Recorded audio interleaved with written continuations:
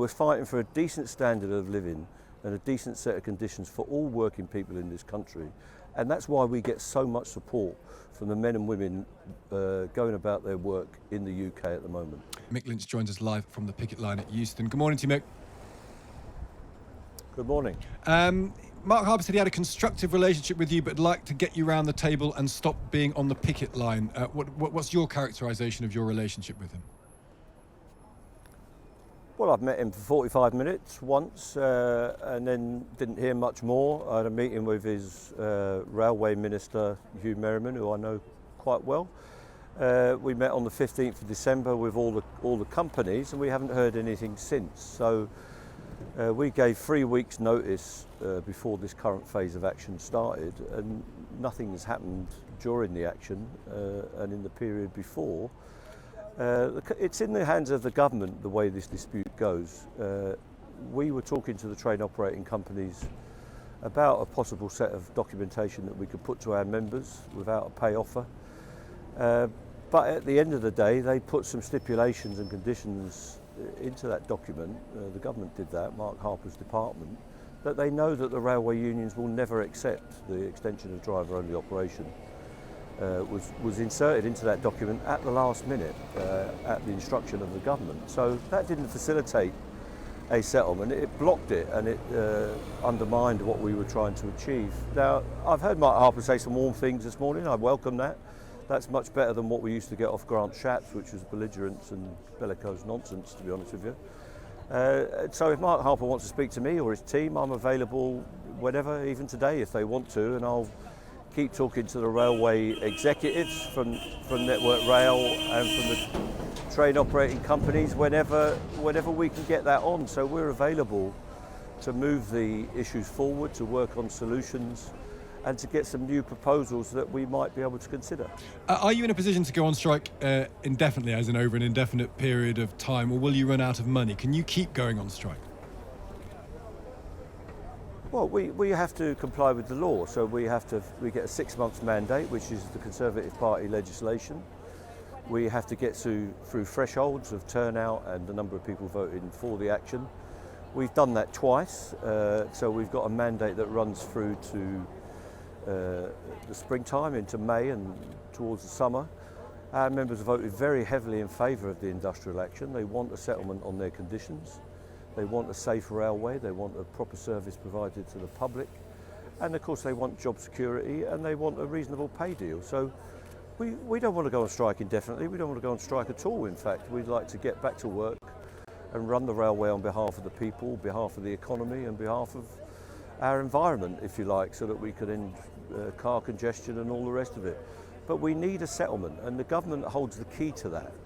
They fund the railway and they dictate in contracts the industrial relations position of the train operating companies and the mandate that the companies have. And they own Network Rail, of course. They own them directly. So the government is in charge of this. They've got an oversight and a direct intervention role to play. If Mark Harper wants to help us with that, I'm very happy to meet him, and I always work constructively and professionally and cordially with any of my counterparts, whether they're management or government officials or whoever. So we can get that on. If he wants to do that this week, fine. If he wants to do it this afternoon, fine. We can get that going. What about the argument that has been advanced by the government in briefings that people have got out of the habit of using trains and that's going to get worse? They got out of the habit during the pandemic, and if a pandemic of rolling strikes kind of cements the fact that many people, they'll keep working from home and they'll ditch commuter trains permanently. We just had someone text in saying, should we just assume that Britain no longer has a train service and make up our plans accordingly? Is there a risk in your view that the number of people coming back to the train service once the strikes are over will be fewer, therefore the train operators will need to cut even further? You could be making a situation worse. Well, I don't think we're making the situation worse. The railways recovered to 80% of the pre-pandemic levels in terms of revenue and passengers. And the train operating companies have made profit all through that period. The rolling stock companies have made profit during the pandemic and through the strikes. But what the railway companies and the government have demonstrated in the last 6 months, when we're not on strike, and we didn't go on strike for 2 months between October and December, they cannot run the railway. They've got a staff shortage that's announced every day on social media, and in the stations when people are waiting patiently for these disrupted trains, that there's actually not enough people working for the railway, but the proposals they're giving to us cut thousands of jobs from the railway. We'll close every booking office and we'll remove a guard from every train in the system. So there's something wrong with the way the railways are running, and that's because of the privatisation. It's because of the abandoned plans that they had for Great British Railway, which Grant Shapps hung his hat on, has now been withdrawn. They've got no policy for the railways, or indeed for public transport as a whole, whether it's our ferries, our bus services, our tram and metro services, or our mainline railway.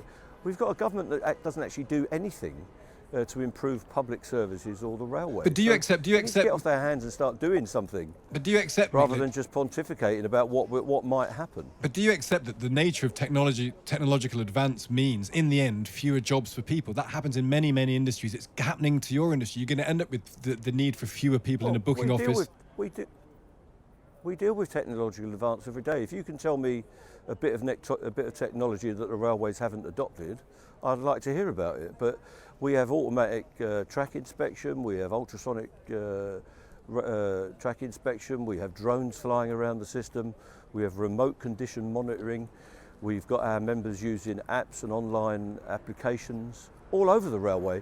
I don't know where this technology is that we're not using. Nobody ever actually mentions and stipulates what it is we're blocking. But well, you need fewer. Presumably you need. Company.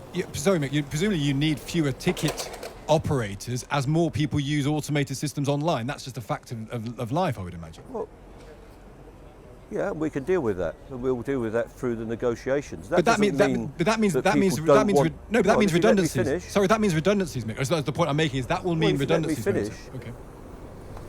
Well, you're telling me it means redundancies, and the companies are telling us they haven't got enough staff at the moment. So we'll deal with the staff in establishment levels in discussion with the companies. It doesn't mean you have to shut every booking office in Britain, and it doesn't mean that people with vulnerabilities, people who are less able, and indeed visitors to our country who might need assistance at stations have to be left without a decent service. So we can absorb new technology. We can absorb new working practices and new techniques, but that's got to be through agreement rather than imposition. And what the government is saying is they want to impose reductions to the safety maintenance regime on the railway. They want to cut thousands of jobs, and they want to cut the service that's provided to the public. Now, we don't think the public want that. We want a good railway system that's run in the interests of the people, that's affordable and is reliable. And the quicker we can get a solution to this dispute, the quicker we can go about achieving that on behalf of everyone. Just finally, Mick Lynch, for strikes to work, they have to hurt people. I think everybody understands that. You're fighting for your workers, but what about the workers of other industries who are being hurt in all of this? The hospitality industry is saying it's lost £1.5 billion in festive sales. Some people in that industry will be losing their jobs as a result of your strike action. Does that worry? Does that trouble you at all? It does trouble me that people are disturbed. What also troubles me is the way the media stack this up. During this dispute, the government has subsidised the railway companies to run this strike action for £320 million.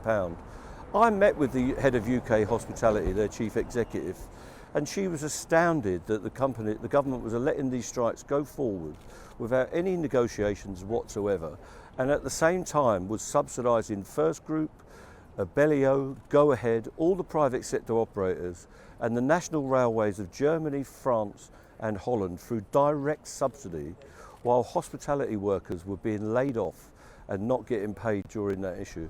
So these strikes have been brought forward by the government. We've seen that in the health service, where they won't negotiate.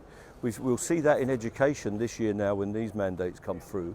They refuse to negotiate because they want to make working people poorer.